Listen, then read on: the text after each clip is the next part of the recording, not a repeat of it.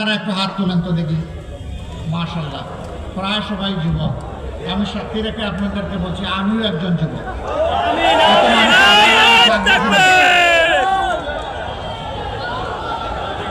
আমরা আমাদের যুবক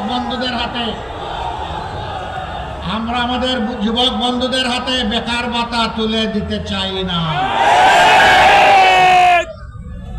আমরা আমাদের যুবক বন্ধুদের, আমাদের ছেলে মেয়েদের হাতকে বাংলাদেশ গড়ার কারিগরের হাতে পরিণত করতে চাই। কারিগরের হাত কারো দয়ার দিকে তাকিয়ে থাকে না। কারিগরের হাত নিজেই কিছু করে দেশকে উপহার দেয়। আমরা আমাদের যুবক যুবতীদেরকে সেই সম্মানের জায়গায়, মর্যাদার জায়গায় নিতে চাই। বেকার ভাতা দিয়ে বেকার বানাবো না, বরঞ্চ বেকারকে কেমনে কর্ম উপযোগী করা যায় তাই চেষ্টা করবো ইনশাআল্লাহ।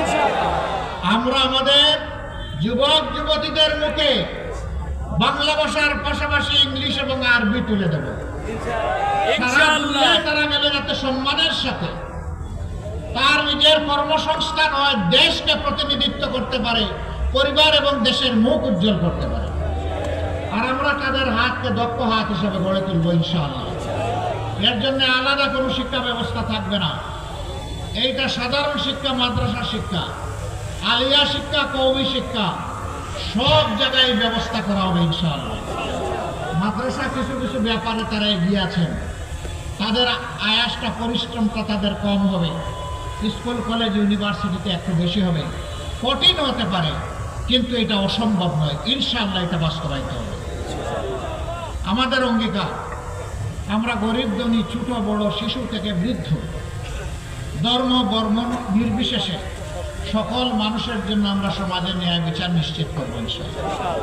সেই ন্যায় বিচার হবে ইসলামের সুমহান মানদণ্ডে। এই জন্যই ভাই আমাদের প্রত্যেকটা পাল্লা। যারা ন্যায় বিচার চায় না তারা পাল্লাকে সহ্য করতে পারে নাই অতীতে। কারণ পাল্লা যদি বিজয়ী হয়, সমাজে ন্যায় বিচার প্রতিষ্ঠিত হবে।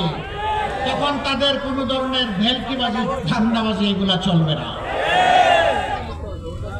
মহান আল্লাহর দরবারে দোয়া করি, আমরা যে ন্যায় ইনসাফের সমাজের স্বপ্ন দেখি, জনগণকে আমরা যে ন্যায় ইনসাফের গল্প শোনাচ্ছি, হে আল্লাহ তুমি আমাদেরকে তৌফিক দাও, আমরা যেন গ্রহণ করতে পারি।